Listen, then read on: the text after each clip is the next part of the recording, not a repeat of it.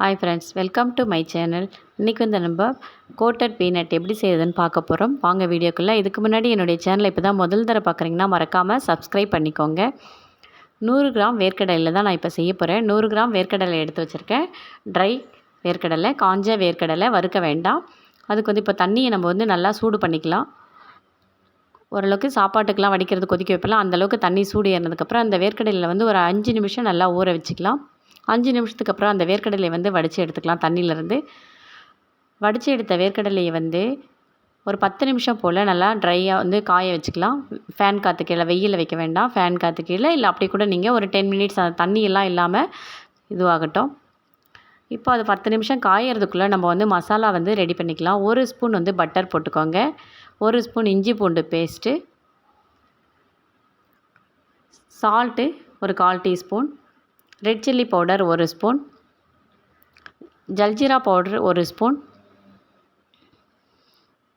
கரம் மசாலா ஒரு 1/2 டீஸ்பூன், பெருங்காயம் ஒரு 1/4 டீஸ்பூன்,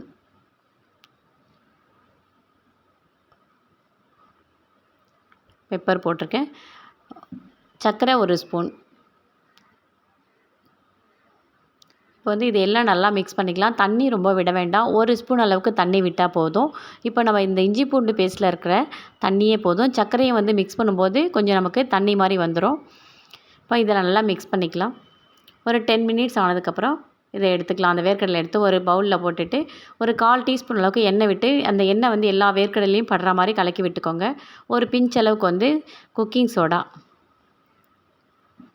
அதையும் போட்டு நல்லா கலக்கிக்கலாம். இப்போ இந்த பேஸ்ட் எடுத்து பார்க்கும்போது கொஞ்சம் கட்டித்தன்மையாக இருந்து மறுபடியும் ஒரு 1/4 டீஸ்பூன் அளவுக்கு தண்ணி விட்டு நல்லா மிக்ஸ் பண்ணி இந்த வேர்க்கடலையில் போட்டு நல்லா மிக்ஸ் பண்ணிக்கலாம்.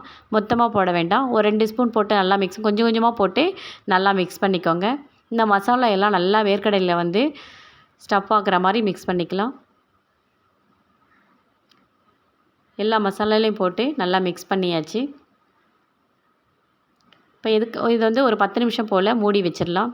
எதுக்குன்னா இது வந்து நல்லா ஊறி இருக்கும்போது நமக்கு அந்த காரம் எல்லாம் வந்து அந்த மசாலாவில் இருக்கும், ஒட்டாமல் வரும். 10 நிமிஷம் கழித்து ஓப்பன் பண்ணி பார்க்கலாங்க. இப்போ கொஞ்சம் ஈரத்தன்மையாக இருக்கும். இப்போ நான் வந்து 10 கிராம் கார்ன்ஃப்ளவர் மாவு எடுத்து வச்சுருக்கேன்.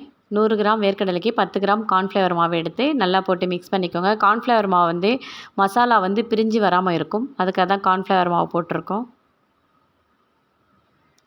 50 கிராம் கடலை மாவு. நான் 50 கிராமில் 25 கிராம் ஃபஸ்ட்டு போட்டு மிக்ஸ் பண்ணிக்கோங்க. அப்புறம் 25 கிராம் போட்டுக்கலாம். இது ஒரு 10 நிமிஷம் கழிச்சதுக்கப்புறம் ஓப்பன் பண்ணி பார்க்கலாம். நல்லா மிக்ஸ் ஆகிருக்கு பாருங்கள். அந்த மசாலா எல்லாம் நல்லா மிக்ஸ் ஆகிருக்கு. இப்போ அப்படியே போட்டால் நமக்கு பிரிஞ்சு வந்துடும், வேர்க்கடலை மட்டும்தான் வரும். இந்த 25 கிராம் கடலை மாவை எடுத்து நல்லா போட்டு மிக்ஸ் பண்ணிக்கோங்க கரண்டியில்.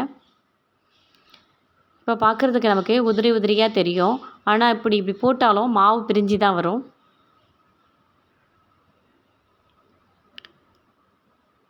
நல்லா மிக்ஸ் பண்ணியாச்சு. இப்போது கை போட்டு நல்லா பிசைஞ்சிக்கோங்க அந்த மாவு வந்து. இப்போ வந்து கட்டித்தன்மையாக இருக்குது. இப்படியே போடும்போது நமக்கு வேர்க்கடலை பகோடா மாதிரி தான் தெரியும். அந்த வந்து கோட்டட் பீனட் மாதிரி வராது. இன்னும் கொஞ்சம் 25 கிராம் கடலை மாவு எடுத்து வச்சுருக்கீங்களா, அந்த கடலை மாவு போட்டு நல்லா மிக்ஸ் பண்ணிக்கோங்க. இப்போ உதிரி உதிரியாக வருது. கொஞ்சமாக லைட்டாக ஒரு 1/2 டீஸ்பூன் அளவுக்கு தண்ணி விட்டுக்கலாம், ரொம்ப வேண்டாம்.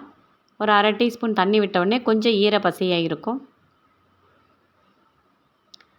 இப்போ ஒவ்வொரு வேர்க்கடலையாக எடுத்து நல்லா உருட்டிக்கலாம். இப்போ வந்து நம்ம மிஷின் மேடுன்னா கொஞ்சம் நல்லா அது வந்து மிக்ஸ் ஆகி வரும். இது நம்ம கையிலே பண்ணும்போது அப்படியே எடுத்து போட்டால் சரியாக வராது. நம்ம சீடா மாதிரி ஒவ்வொன்றா எடுத்து நல்லா மிக்ஸ் பண்ணி வச்சுக்கலாம். இப்போ எல்லா வேர்க்கடலையும் அதே மாதிரி உருட்டி உருட்டி எடுத்து வச்சுக்கோங்க. நல்லா நைஸாக உருட்டணும்.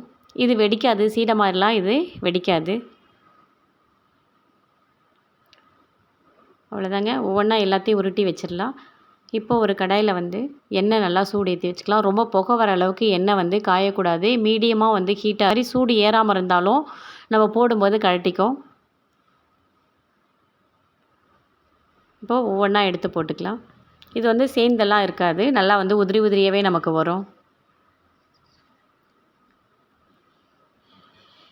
நீங்கள் கேஸ் ஸ்டவ்வில் வச்சிங்கனாலும் மீடியம் ஃப்ளேம்லேயே வச்சுக்கோங்க. நான் இண்டக்ஷன் ஸ்டவ்வில் தான் வச்சுருக்கேன். குறைவான அனலில் தான் நான் வச்சுருக்கேன். ஏன்னா நம்ம ஹை ஃப்ளேமில் எல்லாம் வச்சோம்னா மேலெல்லாம் கருகிடும், உள்ளே வந்து வேகாமல் நசுக்கு நசுக்குன்னு இருக்கும். அதனால் வந்து மீடியம் ஃப்ளேமில் வச்சு இதை வந்து ஃப்ரை பண்ணி எடுத்தால் தான் நமக்கு வந்து கரெக்டான ஒரு இது பதத்துக்கு இருக்கும்.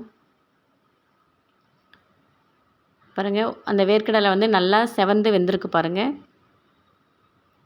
நல்லா கிளறி விட்டு வேக வச்சுக்கலாம். அவ்வளோதாங்க. இப்போ எடுத்து எண்ணெய் வந்து அந்த அளவுக்கு நமக்கு ரொம்ப எண்ணெய் இழுக்காது. இப்போ எடுத்து ஒரு வடி பாத்திரம் மாதிரி கொஞ்சம் அதிகமான குவான்டிட்டினா நம்ம வடி பாத்திரத்தில் போடலாம். அதனால் நான் வந்து வடிகரண்டி மாதிரி இருக்கும் இல்லைங்களா, அதிலே போட்டுக்கிட்டேன். ஏன்னா 100 கிராம் குவான்டிட்டி தான் நம்ம போட்டு செஞ்சுருக்கோம். அவ்வளோதாங்க. இதை வந்து ஒரு பேப்பர் பிளேட்டில் போட்டு அந்த எண்ணெய்லாம் இருந்ததுன்னா இழுத்துருங்க. நீங்களும் இந்த மாதிரி செஞ்சு பார்த்துட்டு எப்படி இருந்ததுன்னு மறக்காமல் கமெண்ட் பாக்ஸில் கமெண்ட் பண்ணுங்கள். தேங்க்யூ, பாய்.